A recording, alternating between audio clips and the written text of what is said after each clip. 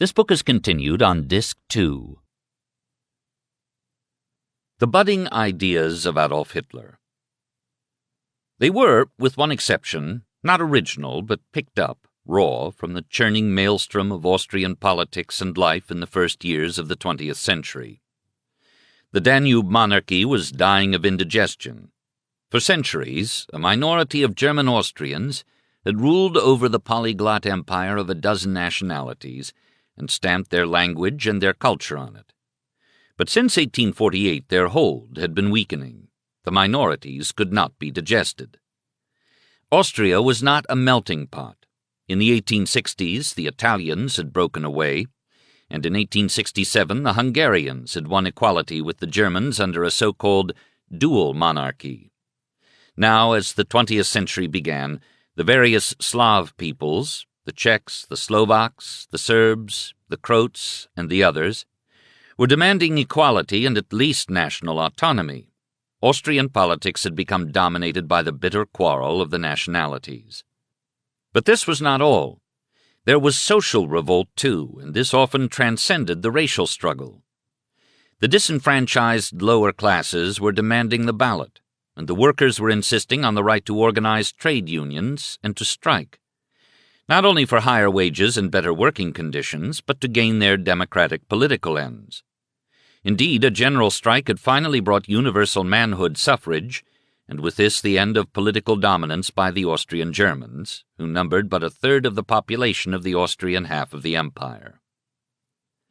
To these developments Hitler, the fanatical young German-Austrian nationalist from Linz, was bitterly opposed. To him the empire was sinking into a foul morass. It could be saved only if the master race, the Germans, reasserted their old absolute authority. The non-German races, especially the Slavs and above all the Czechs, were an inferior people. It was up to the Germans to rule them with an iron hand.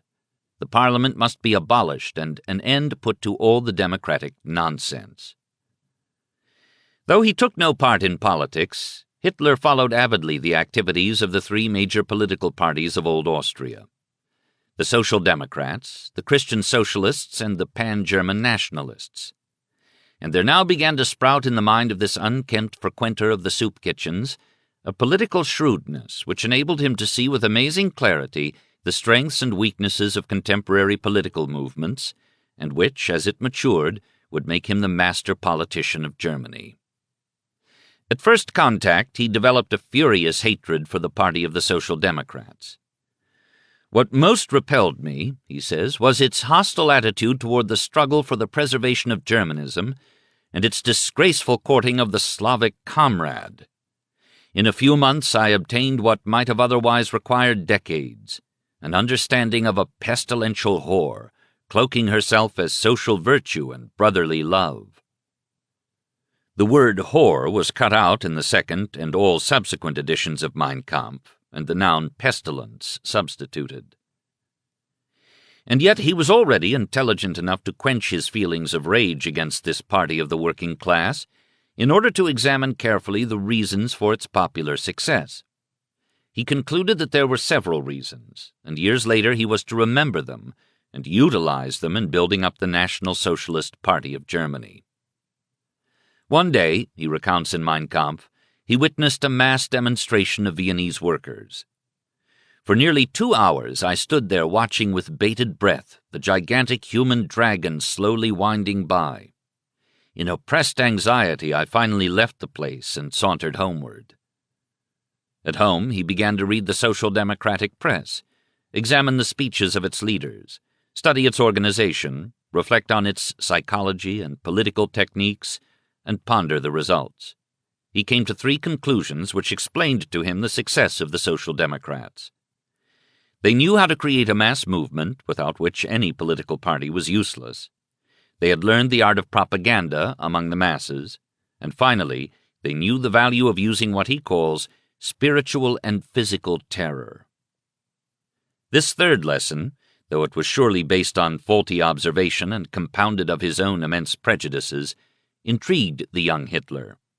Within 10 years, he would put it to good use for his own ends. "I understood the infamous spiritual terror which this movement exerts, particularly on the bourgeoisie, which is neither morally nor mentally equal to such attacks. At a given sign, it unleashes a veritable barrage of lies and slanders against whatever adversary seems most dangerous, until the nerves of the attacked persons break down. This is a tactic based on precise calculation of all human weaknesses, and its result will lead to success with almost mathematical certainty. I achieved an equal understanding of the importance of physical terror toward the individual and the masses. For while in the ranks of their supporters the victory achieved seems a triumph of the justice of their own cause, the defeated adversary, in most cases, despairs of the success of any further resistance. No more precise analysis of Nazi tactics, as Hitler was eventually to develop them, was ever written. There were two political parties which strongly attracted the fledgling Hitler in Vienna, and to both of them he applied his growing power of shrewd, cold analysis. His first allegiance, he says, was to the Pan-German Nationalist Party founded by Georg Ritter von Schirnerer, who came from the same region near Spital in Lower Austria as had Hitler's family. The Pan-Germans at that time were engaged in a last-ditch struggle for German supremacy in the multinational empire. And though Hitler thought that Schirnerer was a profound thinker and enthusiastically embraced his basic program of violent nationalism, anti-Semitism, anti-socialism, union with Germany, and opposition to the Habsburgs and the Holy See, he quickly sized up the causes for the party's failure. This movement's inadequate appreciation of the importance of the social problem cost it the truly militant mass of the people. Its entry into Parliament took away its mighty impetus and burdened it with all the weaknesses peculiar to this institution. The struggle against the Catholic Church robbed it of countless of the best elements that the nation can call its own. Though Hitler was to forget it when he came to power in Germany, one of the lessons of his Vienna years which he stresses at great length in Mein Kampf is the futility of a political party's trying to oppose the churches. Regardless of how much room for criticism there was in any religious denomination, he says, in explaining why Schirnerer's Los von Rom, away from Rome movement was a tactical error, a political party must never for a moment lose sight of the fact that in all previous historical experience, a purely political party has never succeeded in producing a religious reformation. But it was the failure of the Pan-Germans to arouse the masses, their inability to even understand the psychology of the common people, that to Hitler constituted their biggest mistake. It is obvious from his recapitulation of the ideas that began to form in his mind when he was not much past the age of 21, that to him this was the cardinal error.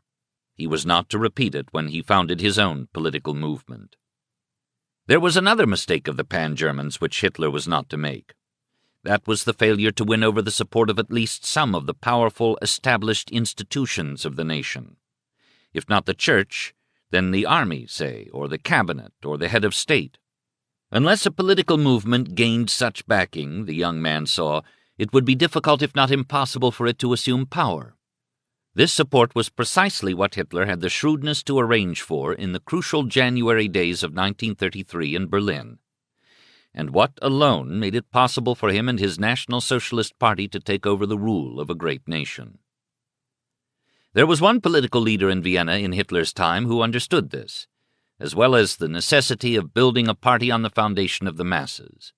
This was Dr. Karl Lueger, the burgomaster of Vienna and leader of the Christian Social Party, who, more than any other, became Hitler's political mentor, though the two never met.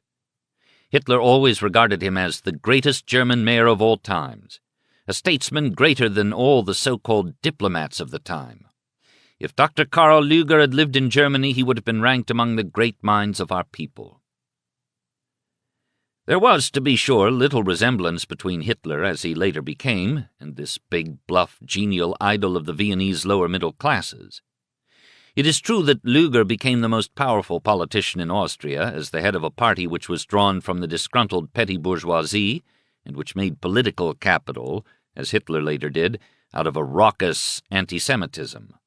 But Lueger, who had risen from modest circumstances and worked his way through the university, was a man of considerable intellectual attainments, and his opponents, including the Jews, readily conceded that he was at heart a decent, chivalrous, generous, and tolerant man.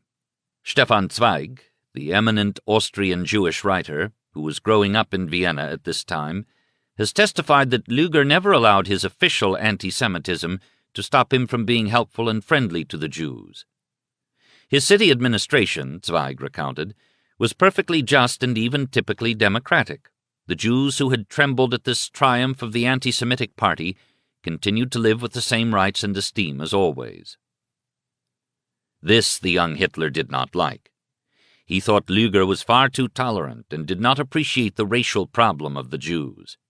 He resented the mayor's failure to embrace pan-Germanism and was skeptical of his Roman Catholic clericalism and his loyalty to the Habsburgs. Had not the old Emperor Franz Joseph twice refused to sanction Lueger's election as burgomaster?